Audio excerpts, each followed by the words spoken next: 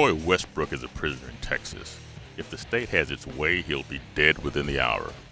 This is Execution Watch. Huntsville, Texas, death penalty capital of the Western world, where prison staff is preparing to put Westbrook to death by injecting him with a deliberate drug overdose. During the next hour, KPFT's Execution Watch will broadcast live coverage of the killing in Texas, the state responsible for nearly half of all executions in the U.S. Execution Watch host Ray Hill, Chief Legal Analyst Jim Skelton, with legal analysts Larry Douglas, Jack Lee, Mike Gillespie, and Paige Yannick. Huntsville reporter outside the death house, Danielle Allen. Houston Vigil reporter, Jennifer Simmons. Tonight's show will include an exclusive in-depth interview with Westbrook, taped several weeks ago. The Execution Watch for Coy Westbrook begins. Good evening, this is Ray Hill. Welcome to the show. Thank you, Larry, for that a wonderful voice in the introduction. Danielle is awaiting, so Danielle? Danielle? Hello? Hello, I'm here. Hello, Danielle. What's going on in Huntsville? Well, they're playing the music over at the warden's house right now, which signifies that the execution's fixing to start. The witnesses haven't walked through yet, though. We're waiting for them. Okay, but you have every reason to believe this procedure is going to continue. There's not really anything pending in Westbrook's cases. No, there isn't. The attorneys have not filed anything. It is going through. He's going to have 3 witnesses this evening, one being Pat. That's why I'm taking her place, and 2 other longtime friends of his. He has a daughter who is currently at the hospitality house, very grieving, obviously, but the execution will proceed. Do y'all have weather there? Oh, yes, it's raining very hard, but we're out here protesting. Some of the usual people are here. Gloria's here, the professor, same people, the hardcore abolitionists are here. Well, give the vigilance our regards for braving the weather, and they're standing up for principle. And thank you very much for this report. We're going to check on a vigil here in Houston and then go on with the show. All right, thank you. If you have anything to report, call Elizabeth. I sure will. Thank you. Bye-bye. And Jennifer, are you there? Yes, Ray, I am here. It's raining pretty hard. We have some good wind that gusts up. Occasionally, we're here in front of St. Stephen's Episcopal Church, Alabama at Woodhead. There's only a few of us, and it's pretty miserable out here, but not nearly as miserable as it is up in Huntsville, I'm sure. So, well, give the vigilance our regards for their stamina and standing up for the weather. And Danielle reports that the witnesses have not yet crossed the road. Oh, okay. But right. There is no reason for that to be delayed any longer, so it's going to happen soon. Well, we just wish that the state of Texas would come up with some credible scientific peer review standards for making sure that we're not violating the provisions of actions under the Supreme Court. That's my feeling about this case. Thank you, ma'am. Stay dry as you can. Okay, we'll try. Bye-bye. Bye-bye. And so, Coy Wayne Westbrook, Jim, you actually interviewed. Sure did. Any impressions about that? As you well know from the interviews we've done before, most people don't want to talk about what happened. It makes them look bad. And those that do talk about it usually try to minimize things, which is only a normal reaction. What is unbelievable to me about Coy was he had no guile. He did not try to excuse anything. In fact, when I talked to him, the first thing that came to my mind was the character Lennian of Mice and Men, because one of the issues was his mental condition. And he was almost childlike in the sense everything he told me that occurred absolutely matched up almost word for word with the facts developed at trial. He didn't try to alibi. He tried to blame anybody. He just told exactly what happened. We have that interview, and it's a long interview. We're going to begin it now. What does that mean? Sink. Okay. Don't have a slap board. Start all over again. My name is Jim Scales. Let me tell you why we're up here. We're up here primarily for you to say and anything you feel or think. We're not up here everything you say is going to go on the air. Mm-hmm. We're not going to censor anything. We're not going to cut anything out. So please feel free to talk as free as you want to. My only question is, now we were talking about this earlier, where in the world did you get the nickname Elvis? Well, like I said, Alvin Andrew Kelly gave me that name. He was a death row inmate up here in 2008. They executed him. And he was born in 1951. Uh-huh. So we became pretty good friends. And a lot of us up here, we become spiritual people. Sure, that's natural. And Alvin was a spiritual person, and we elected him as our spiritual leader. I see. So one day I was out in the day room. This is when I used to go to the day room all the time. I've since quit going to the day room. He had a advertisement out of a magazine, and he said, "You're now Elvis." And it was an Elvis impersonator eating a 10-foot Subway sandwich. So he said, "Every time I look at this guy, I think of you." That's interesting. I said, "Well, I don't know why you're thinking of me. I don't even eat that much." But well, I wanted to let you know I made the pilgrimage to Graceland once, so we have something in common. Well, there's some people even call me Graceland. I understand. One thing I was curious about, and I wanted you to talk about it, what really bothered me when I read your case is we have a provision in our statute, as you well know, mm-hmm.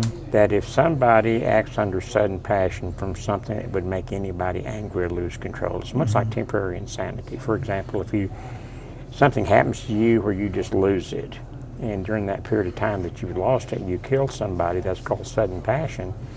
And that issue is submitted at punishment, and they reduce the sentence down, reduce it from down to 20 years. Mm-hmm. And that was not available in your trial. And I think that's outrageous because I think from all I've read, this is absolutely a crime. That was an offense that was committed during something that would enrage anybody. If any normal human being went through what you went through that night, would have mm-hmm. lost it. And apparently you attempted to leave and someone took your keys away and you came back in and caught your wife making out with another man, making love to her as a matter of another mm-hmm. man, and you killed him. Mm-hmm. And that's a classic example of sudden passion. I think it's terribly unfair that was not submitted in your trial. Would you have to comment on that? Well, the reason it wasn't allowed is because I killed 4 people before I killed her and him in the bedroom. It was after you had seen her. Correct me if I'm in error. You didn't kill anybody you saw your wife making out with this other man, right? Right. Okay, so I'm talking about. Now that to me would enrage any normal human being. And then you killed during that sudden passion. That's what I thought was unfair about your trial. Well, you can also thank Jan Crocker because she wouldn't allow it. Well, Jan Crocker, I've known her for years, tried a case against her. Her name, she deserves the name of Crocker. That's a class. And I was thinking about your case. You drew the worst judges possible. Jan Crocker is your trial judge, and that idiot Mansfield on the Court of Criminal Appeals wrote the majority opinion. Mm-hmm. And Mansfield was run off after 6 years, and he got the best job he could get when he left the court was a security guard, and they fired him from that. Mm. And you got some terrible luck on getting Jan Crocker as your trial judge, and to getting Mansfield to write the opinion in the Court of Criminal Appeals. That is just terrible, terrible luck. Well, that and I didn't have the greatest attorney. Well, who is your lawyer? I didn't find out who your lawyer was at trial. The trial attorneys were, the lead attorney was Wayne T. Hill, and the second seat attorney was Robert Kent Loper. Robert Loper and Wayne Hill, okay. And I don't know if you know them or not. I know, we all know each other, but that doesn't necessarily mean anything. I know Hill fairly well, and Roper I just know casually. Well, I know that Wayne used to work for the prosecutor's office before he ever took my case. And if I would have known that, I certainly wouldn't have let him take my case. But then again, all these trial attorneys down there have worked in one way or the other for the prosecutors. So, well, as you well know, one of the big problems we have, especially is that virtually all the judges are former prosecutors. Mm-hmm. I mean, I guarantee you on our benches in Texas, a vast majority of them go from being a prosecutor and the next day they're a judge. Right. And then what they do is they appoint their people they worked with in the office before. It's a very corrupt system in that sense. Is that all of them are former prosecutors pretty much. Yeah. Yeah, I agree there. There's a lot of corruption in the justice system. I mean, as far as I'm concerned, it's broke. I mean, definitely.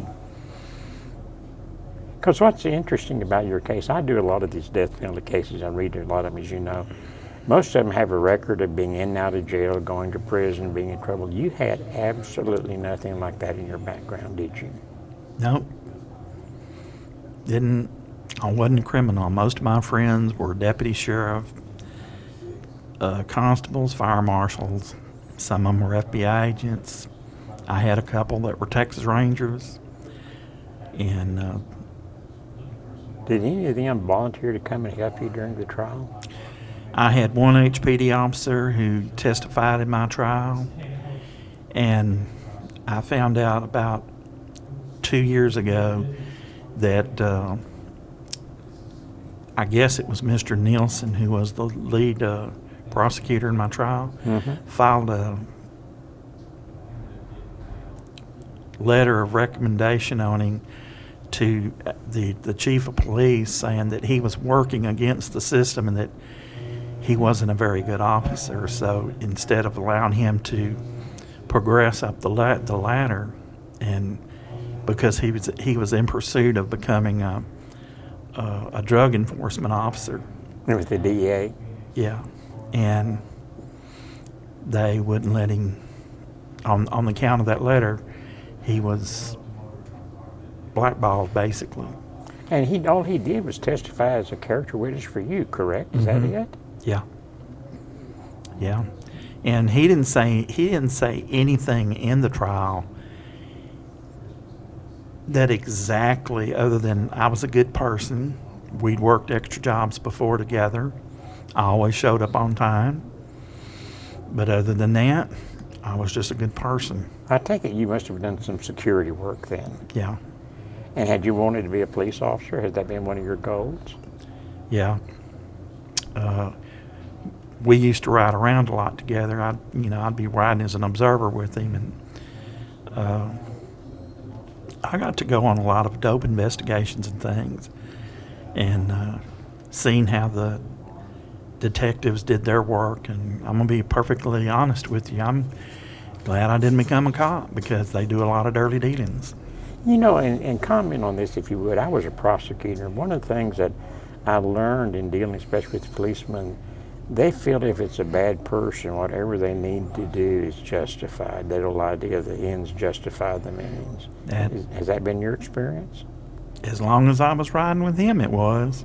Because it seems to me that, that if you're not, and corrupt is maybe maybe it is a right word to use, but it seems like if you're not corrupt, you become corrupt, because even if an officer sees somebody else doing something wrong, if he tries to report it, he too will usually get blackballed. Has that been your experience? Yeah. Yeah, especially with HPD. I mean, you're either one of the boys in blue or you're not. That's the way they see it. You're either one of us or you're none of us. Now, if you will, I know it may be uncomfortable to talk about, but who were those people? As I understand, and correct me if I'm in error, you and your wife had been separated, is that right? Yeah, 2 weeks. And you had gone over to her apartment thinking you're going to reconcile, is that right? Yeah. And I didn't go over there to reconcile. Right. It was reconciled earlier in the day. Oh, it was. Tell me about that. I'd taken her out to lunch, and she told me that her and her so-called girlfriend, Ruthie Money. Is that her roommate, Money? Yeah. Okay.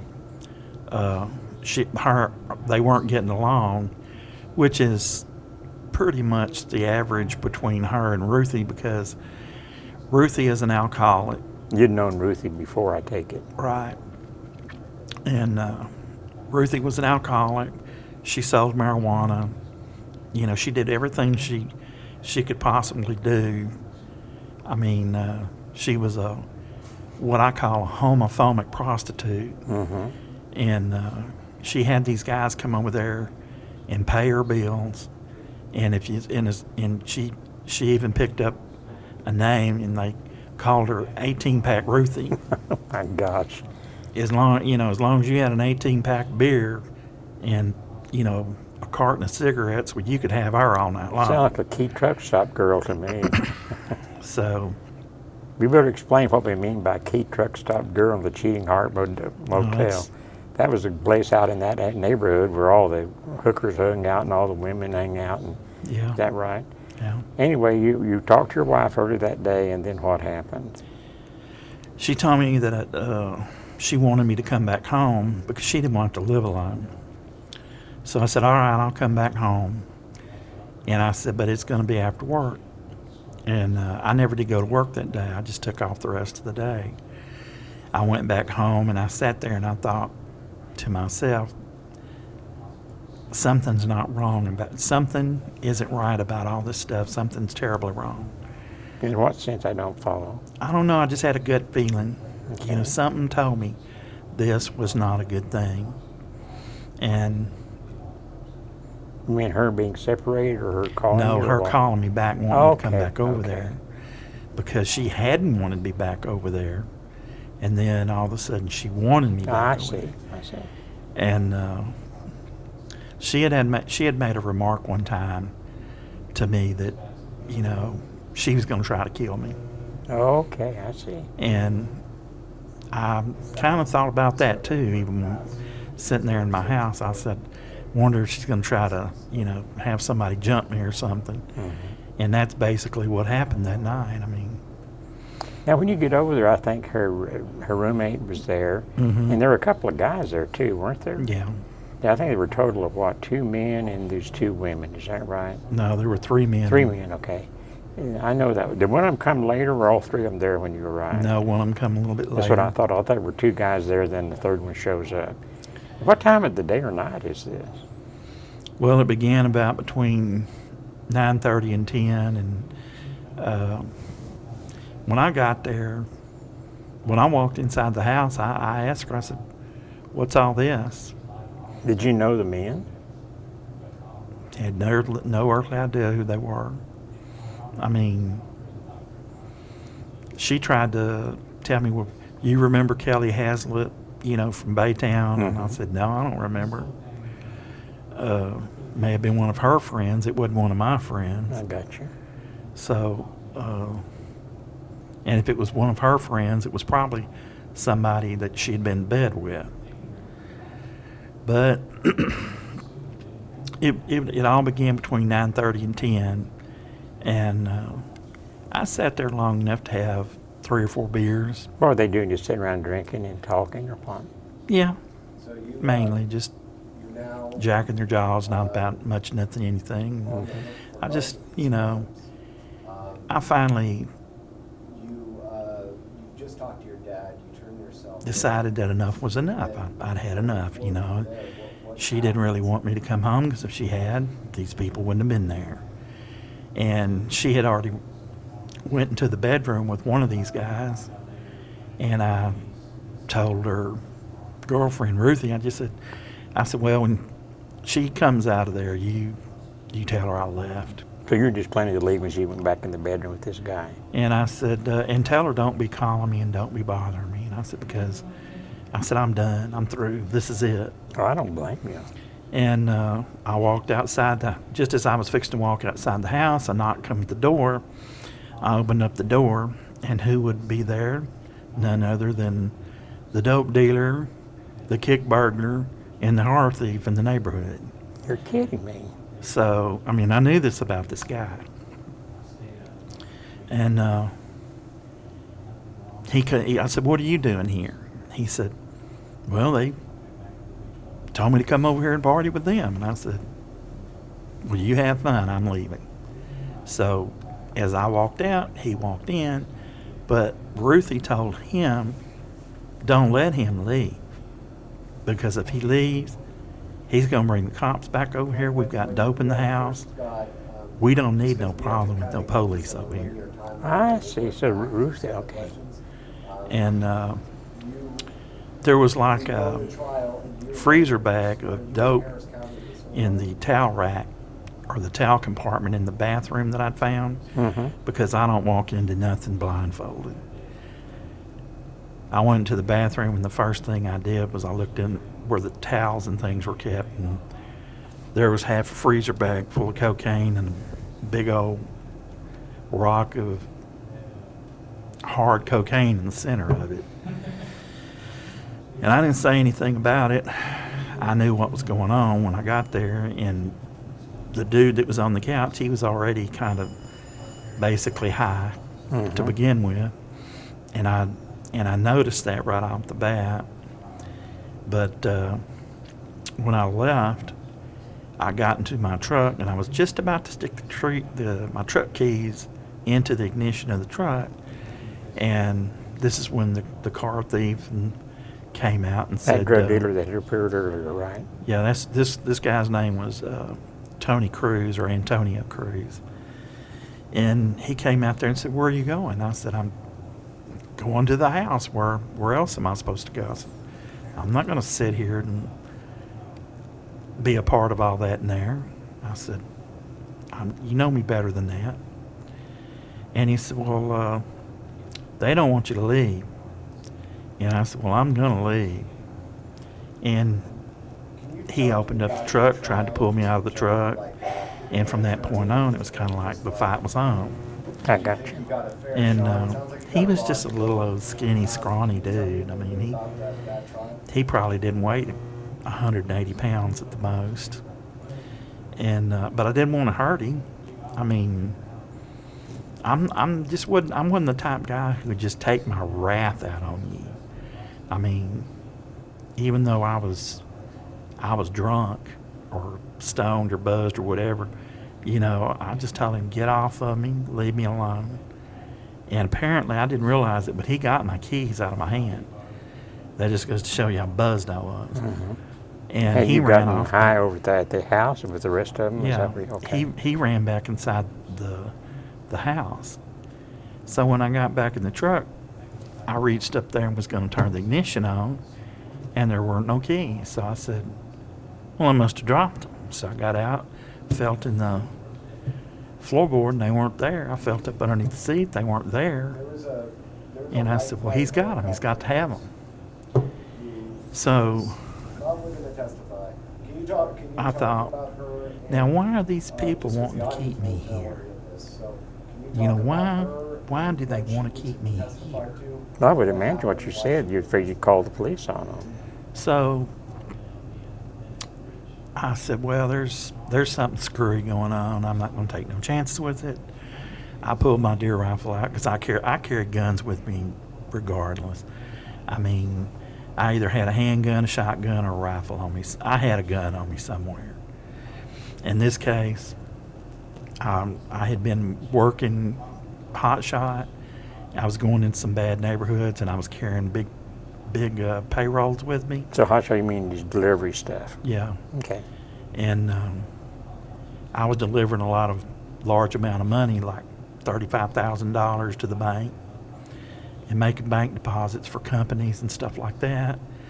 So I thought, going into these bad neighborhoods and stuff that we have to go into to pick up some of this merchandise or deliver it, I'd just go ahead and I'd start carrying a rifle. So that's what I did. In the meantime, I went back into the house, and just as soon as I went through the door, I told Ruthie, I said, "Look, y'all need to go on and give me my keys back." I said, "You got my keys? I want my keys." I said, "I'm leaving, and I'm going home." And I said, "Just leave me alone." And she said, "We're going to kill you. We're gonna kill you and throw you in the back of your own truck and take you off and dump you off in a bar ditch somewhere and leave you for dead." Which typically that's Ruthie. I mean, she just runs her mouth a lot. She's a lot of hot air. I didn't put too much to it. And I told her, I said, "Look, you're sitting here talking to a guy who has a loaded weapon in his hand. do you really think I'm going to let you kill me? And she said, well, and she took a beer and she just threw it in my face. When she did, I shot her. I understand. And she jumped up at me while she was doing it. And I didn't know whether she was trying to attack me or whether she was just getting comfortable, but she threw beer in my face. And Did they submit a self-defense charge in your case? No. They didn't? Okay, go ahead. As far as I know, they didn't. They didn't Okay. tell me if they did. Because normally when something, you testified at your trial, didn't you? And you told them basically the same thing that we're talking about now, right? No, because I wasn't allowed to talk about any of this. You're kidding me. Who stopped it? Prosecutors wouldn't allow me to bring it up. You know, they wouldn't. In fact, they wouldn't let me say anything that they didn't ask me. You could only answer questions. You can't. But didn't your lawyer bring it up? Nope. He didn't try to bring nothing up. Well, that seems logical that you'd want to do that if someone tried to attack you and threatened to kill you and threw a beer at you and you reacted to it. I looked at him when they started nearly every question they asked me. I'd turn over there and I'd look at him to see what his expression was to get some kind of reading off him. And it was like he was playing poker or something. Mm-hmm. I mean, he wasn't giving me any indications of go ahead and tell it or don't go ahead and tell it, shut up or whatever, you know. Well, you told him all of this ahead of time, didn't you? No, You didn't get a chance to, or what happened? I didn't tell him all this because I didn't trust him. Oh, I see. And he tried to tell my dad. He said, I know he's holding back on me. And I said, yeah, there's a reason for that. I said, because I don't trust him. And he said, well, he belongs to the Masonic Lodge and he's a good man. And I said, and you just think that everybody in your Masonic Lodge is just wonderful people, huh? And he said, yeah, they are. And I said, they never done anything for me. And I said, I don't see them out here helping you right now. And then when he did go to the Masonic Lodge and ask for help, the so-called worshipful master told him, oh, we can't help felons. Okay. Now, you shot her, and then what happened after that? Well, she started yelling, what'd you shoot me for? What'd you shoot me for? Well, it was obviously why she got shot. And then right after she was doing these two guys got up off the couch, they started running toward me, and I shot them. And when I shot Cruz, the bullet hit him, and it just literally picked him up and set him right back down where he'd been sitting. And Rogers was headed toward me, and when I shot him, the bullet went up his arm, through his armpit, and out his back, and it blew out his shoulder blade. And a .30-06 don't play around. It went in probably with a hole the size end of your, if you got a watch, the watch crystal, and came out the size of a softball or bigger when it hit all the bones and stuff. And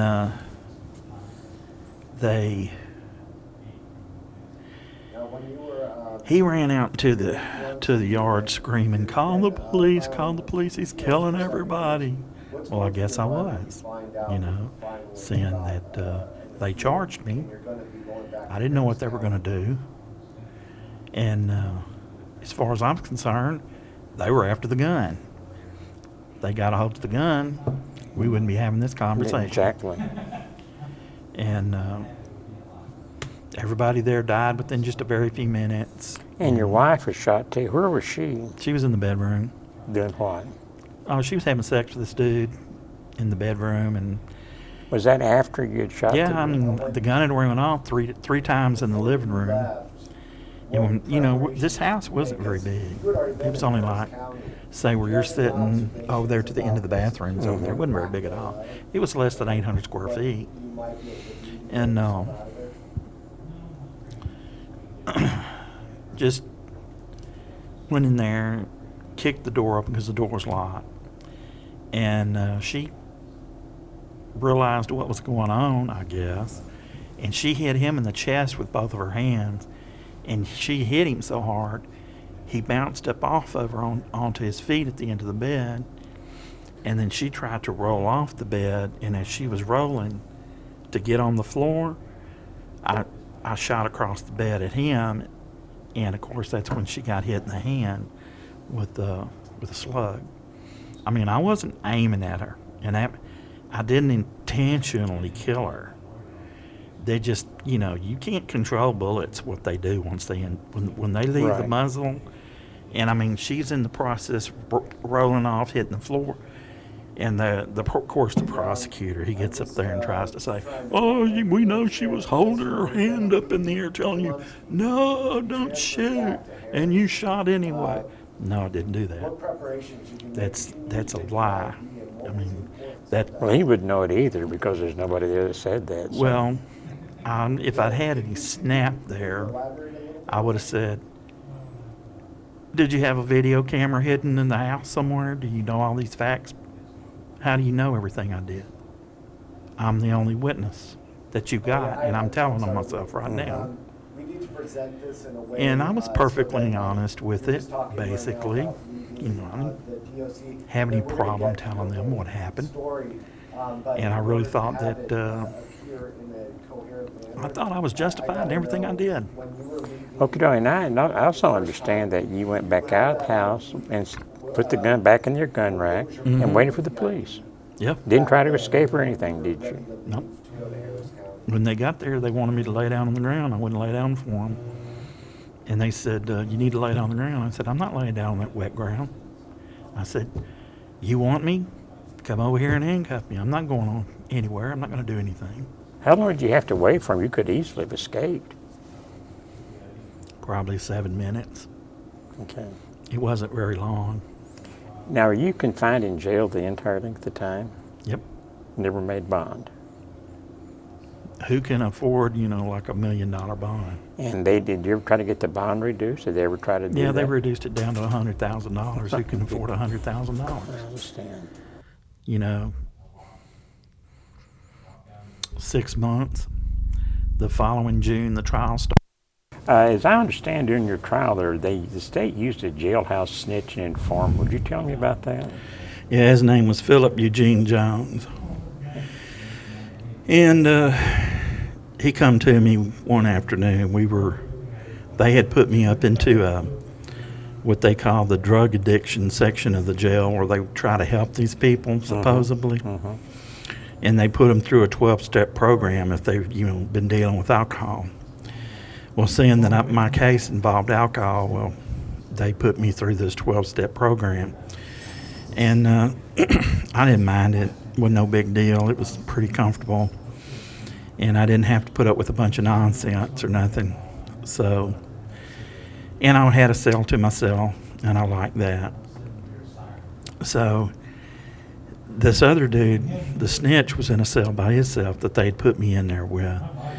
And he came to me one afternoon after my first day at trial, and he said, "You need to do something about these people that are testifying against you." He said, "Or they're going to kill you." And I said, "Now, what in the world would I want to do to them to make them stop saying anything that they're going to say?" He said, "Well, I know a guy that can kill them for you." You're kidding me. And I said, "Really?" He said, "Yeah." And I said, I said, "Well, I don't think we need to go that route." I said, "I think there's been enough killing done." So he said, "Well, if you don't do something about them, they're certainly going to kill you." And I said, "Well, they're going to kill me regardless." I said, "I can see that right now." I said, "I've already seen the paint on the wall." I said, it's red." I said, "I'm done." And he just said, "Well, just think about it." And I said, "I'll think about it, but my mind's not going to change." So the next day when I came in, about an hour after I'd been there in the little pod that we were in, he comes over there and he says, "I got a guy on the phone wants to talk to you." I said, "Okay, whoever that might be, I'll talk to him." Got on the phone, and that was Gary F. Johnson, the so-called Harris County hitman. So I presume he was an undercover cop. Acting, really a cop acting as a hitman, right? Right. So he got up there and he said, I understand you need 5 people taken out. And I said, who told you that? And he said, well, Philip told me that. And I said, Philip don't know what he's talking about. And I said, do you realize, I said, you do realize Philip's in jail, right? He said, well, yeah. I said, you do understand these phones are being taped. Well, I was going to say the same thing. The phones are being taped right now, correct? I said, you do realize that? He said, no. And I said, yeah, they are. I said, every word we're speaking of right now is being taped. Well, I don't need to be talking to you, click. And he hung up the phone. Well, that pissed him off because he'd been caught trying to entrap me. Of course he was. So, of course, when they tried to go downstairs and get the tape and all that, well, the tape had been conveniently edited. No tape. No phone call. No record of any phone call coming to or leaving that pod. Little Richard Nixon trick. Sure. So, but he had recorded what he said, and he brought it to trial, and of course he told on himself. But now, did he testify at trial that you wanted him to kill some people? Yeah. And of course you couldn't rebut it because there's no tape. Right. And I told him, I said, that's not what I said. I told you that I didn't want anybody killed and that you needed to leave these people alone. I even asked you where these people lived. Did you know where they lived? And he said, well, I'm sure their names were in the phone book and I could find them. And I said, that's correct. And I said, and I told you to leave them alone. I said, I didn't tell you to go out there and kill anyone. So they still used it against me. And so the snitch testified and the undercover so-called hitman testified. Mm-hmm. Have you had any more contact with that snitch since then? Yeah, he wrote me one time and told me that, hey, if you need help, well, I'll be glad to testify on anything, but I'm not going to lie for you. And I thought, you already lied. Why don't I want you to lie anymore? You know, you weren't any help to me, you idiot. You put me here. Anything else about the trial you want to mention other than that? Nothing except for the fact that the trial attorney just, you know, he to me, he was a very arrogant guy. He was full of himself. And, you know, he wouldn't listen to anything I had to say. He wasn't interested. As far as he was concerned, it was open and shut case. You know, you had at least a shot at the Court of Criminal Appeals, 4 dissenting opinions in your case. Womack wrote the major one, as you well know. And, of course, you got Mansfield, who was just not much smarter than a Cocker Spaniel that wrote the opinion. So it's amazing how some of these people are appointed and stay in positions and, you know. And see, the bad thing, and I think you'd agree with me on this, one of the bad things about it, when you come back with an 1107 writ after a direct appeal is over with, guess who hears the writ? The judge who heard the case, generally. And they've already got their mind made up ahead of time because they've heard all the facts before, and that's not right. fair. You have some appellate issues, too. You want to discuss what those are? Well, I had an Atkins claim filed, you know, in my And for case. those who don't, Atkins is when they're saying that there's been some problems with being mentally handicapped, not understanding everything fully, and that's what they're talking about basically, right? Yeah. And what happened to your Atkins claim? They also have a thing up there that if you don't have a speech impediment and you're not winking, blinking, drooling, or you know, look like you've got Down syndrome, you don't qualify. Well, I don't qualify because I'm not winking, blinking, drooling, and I don't have Down syndrome. That doesn't mean I'm not retarded.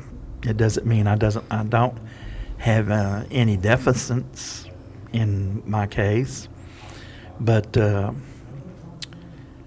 that's like. Well, one of the things they look at when they look at that, one of the major things they look at are tests done in school, how well you did in school. How did you do in school? Well, they tried to say I had a 92 IQ. Okay. And there's no way that I could have a 92 IQ because I wouldn't do any of my homework. I wouldn't do any classwork. I was a straight F student. I refused to cooperate in school with the teachers because I didn't want to learn. I wasn't going to learn what they were going to teach because it wasn't going to help me get a better job. I see. And I told them this, and that was my argument right there. How far did you go in school? 8th grade. Then you quit at that point, right? Didn't quit. I didn't quit them. They quit me. I see. They had a meeting with my parents one day. My dad went to school. The school counselor had a meeting with my dad, and the principal had a meeting with him. And they both said, we don't know what's wrong with him, but at this point, we're tired of him. We want him out of school. He's not going to turn out to be nothing. And you need to put him in some kind of vocational school to where he can learn a vocation and take him off. Because they said at this point, we're just babysitting him, and we're not babysitters. And we cannot continue promoting him through school. And that's all they had been doing. Straight F student through school. All through school, made nothing but Fs. And here I am, got a 92 IQ somehow or another. Never did any homework, never did any classwork. Fought them all through my schooling. And yet, I've got a 92 IQ. Where is the 92 IQ? I can understand. Okay, as you realize, and this is a morbid thing to talk about, this will be played only if you're executed. Mm-hmm. You realize that. Is there anything that anybody want to mention, anything you want to say, anything that we can do to make this, at least for the ones that love you, more understanding, the ones that are supporting you more understanding, and make you feel better? Anything you want to say? Well, there's a lot of people who want to meet me, and that I haven't seen in over 20 years. Mm-hmm. And I'm having a hard time getting them in right now because they took away they're supposed to give you something like 30 days that you can see all these people so you can change your visitation list a couple of times. Mm-hmm. Well, they've narrowed that down to 14 days. So instead of giving you 30 days, they give you 14 days now. Well, with all the people that I want to see, I don't have 14 days to see them. And the major here, he's not one of these people who's going to change your visitation list or allow it to be changed every time you turn around, which in this case, that's what's supposed to be happening, and it's not happening. So that needs to be changed, and they need to give us at least 60 days. I mean, the execution order was signed October 2nd. And I've been over there in Death Warrant since October 2nd. Over there, meaning in Huntsville, or where? No, over here. Over here, I got you. And so I've been here on a pod, on the Death Watch pod, and that needs to change. They need to give us at least 60 days where we can have our visitation changed, so we can get all these people in here that we want to see. I mean, some people have large families. I have a large extended family. I don't have any direct kin, but they're all friends of mine. I see. And most everybody that I know, they're all ministers. That's another thing in life, that I didn't hang out with a bunch of thugs and thieves in life. I hung out with spiritual people, holy rollers, pastors, preachers, and, nearly everybody that were my friends were either pastors, ministers, assistant pastors, or they were cops. Mm-hmm. And I had about as many friends that were cops as I had as many friends that were ministers and things of that nature. So, And they haven't been, all of them haven't been able to see you, right? as of right now, they haven't, because they won't change my visitation list until 14 days out. Okay. Yeah, well, So- you realize they may be able to hear us on this program. Is there anything you want to say to them, or anything you'd like to say at this time? Yeah, they need to change that rule. Okay. As far as my treatment here, I tell you, the food is atrocious. And these sergeants up here tell you, well, you have to eat what they send you. No, we don't. And they know they don't. We used to have a sergeant up here by the name of Miss Stringer. Stringer? And every time Miss Stringer would find this food to be unacceptable, the trays not to be hot, she'd send that tray carrier back over there to the kitchen. And of course, it made that kitchen captain all upset, bent out of shape. But you know what? They need to get their acting gear over here. They need to get it right, and they're not getting it right. And now there's so many people upset with these, right, with the ranking stuff up here. Nobody wants to come to work here. None of the guards do. Man, there's guards walking off from this place left and right. We just had one guard here the other day. Her name was Miss White, and she beat an inmate with her slot bar because he wanted to exchange his shower towel out for a good shower towel, and she refused to let him have a good shower towel. And he said, well, I'm not accepting this one. And according to the rules, we're supposed to be able to examine our towels, examine our sheets. And if they're cut up or they're tore up, we're not supposed to accept them. We're supposed to have good sheets. All we get is all this cut up, tore up stuff around here. Okay, I've just been given a signal. You just got a few minutes left. Anything you want to say in parting? Well, I will tell everybody out there that Elvis ain't dead yet. Well, I'm glad to hear that. And I just wish I could have met you earlier. I wish I was able to practice law back when you first called me. I just wish I could have been able to have helped you. Well, I heard, kind of, sort of, through the grapevine what had happened to you. Mm-hmm. And I think you would have been a great racehorse Haynes. Well, I appreciate that so much, and I just wish you the best. And thanks so much. Same here. Okay. It's been a pleasure. Thank you. Well, still, Elvis is not dead. The last word we have is there's a procedure that was pending somewhere in the universal ether. It was beyond the Texas Court of Criminal Appeals, maybe before the Fifth Circuit or maybe beyond. But as of this moment, we have no reason to believe Elvis is dead. But to give you some idea how well organized they are in Huntsville, they had the media cross the road and go into the witness booth for the media. But then before Elvis's designated witnesses crossed the road, everything stopped, and then they called the whole thing off, and the media had to come back out from across the road. Jim, do you have any idea how to speculate on what's going on in Huntsville? I have no way of knowing. One thing and two things I want to correct.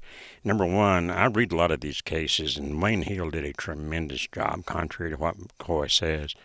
And I read the opinions, and I could not think of anything he didn't do. And number two, they did, in fact, submit a self-defense charge. He was mistaken on that.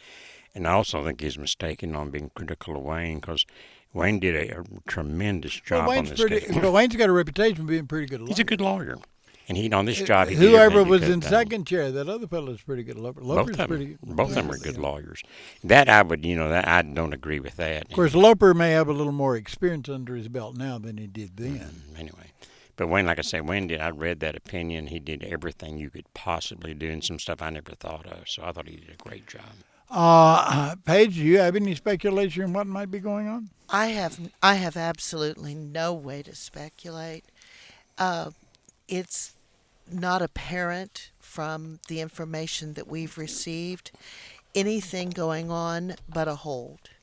And we don't know who's in charge of the hold or when the hold will, if ever, be lifted. Larry, is this guy going to make it through the night? We have no way of knowing, Ray. I can't. You were a little bolder with the microphone off than you are now. Well.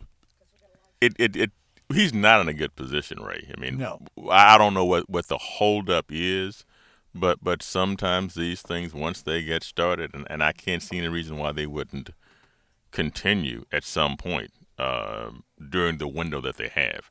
That's my guess. The window is actually from now until 10:30.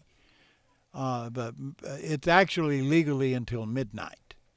But TDCJ has said we can't do this if we have to start after 10:30. And so that's where we stand. I mean, you've got what the law says, and then you got what is practical possible. And so we've got from almost 7 o'clock until 10 o'clock for conclude. But if you're listening to this show either live, and boys on the row, especially you, Coy Wayne, Elvis is still alive. That's the last thing he said on the interview, is he's still alive, and that's best information we've got from here. This is not an exact business. The taking of human lives. I mean, you know, all of those out there who've tried to kill themselves realize, wait a minute, this is not as simple as I thought it was going to be before I started. Because automatic urges set in, and you can't do things that you thought you could do, and life lingers on. And the legal system works the same way. Elvis is lingering on while people who dress a lot better than he ever dressed in his lifetime are sitting around talking about, let's take this angle or that angle. Trust me, I carried a case where I talked about two cops' relationship with their mothers all the way to the Supreme Court, and saw the finest legal minds in this country talking about the relationship between cops and their mothers and whether you could say that or not. So I know that the details of this to a layperson seems pretty extruded. But right now, Elvis is alive. Right now, there's something pending somewhere that is sustaining that. Ray, one of my biggest concerns, though, after hearing the interview, and this goes just completely across the board in all criminal cases, I was concerned with Westbrook talking about not telling his lawyer what the details of his possible defenses might be because he didn't trust him. That's about the worst thing you could do. I mean, if you don't have a good relationship with a lawyer, you need to get another lawyer, do something different. But that's the person who's in the best position to help you. So that's not a good thing for him to do, not trusting his lawyer, not telling everything to the lawyer. That's critical. This is, not necessarily for him right now, because it's probably a foregone deal for him right now. There's nothing to do. But you have to cooperate with your lawyer. You just really have to tell your lawyer everything. Jim, was this case properly charged in the first place? Well, we're going to talk about that, because one of the things, and Ray, I think we're going to talk about number one page, we're going to talk about how self-defense doesn't work. And Larry's going to talk about why he got convicted, because his only defense was pulled out from under him because of the procedure we have. It was tried under the law, but it was one of those classic cases where a guy is guilty, but procedurally and through the courts, they are executing a man that should not be executed, in my opinion. Okay, there's a clock in front of you, a strikeout page. Okie dokie. Don't burn it all up, because you got a speaker after you. I know. Anyway, speaking about self-defense, in a nutshell, self-defense involves reacting with deadly force when the person who ultimately is the killer is presented with the use or the threatened use of deadly force. And it can't just be a threat that's thrown out by the soon-to-be decedent, but it has to be a threat that apparently has some sort of backing. Now, in this particular case, if we take everything that Mr. Westbrook says as being true. And reading the appellate opinions involved in this case, it does appear that he outlined the facts very well and very, very consistently with what the appellate record was.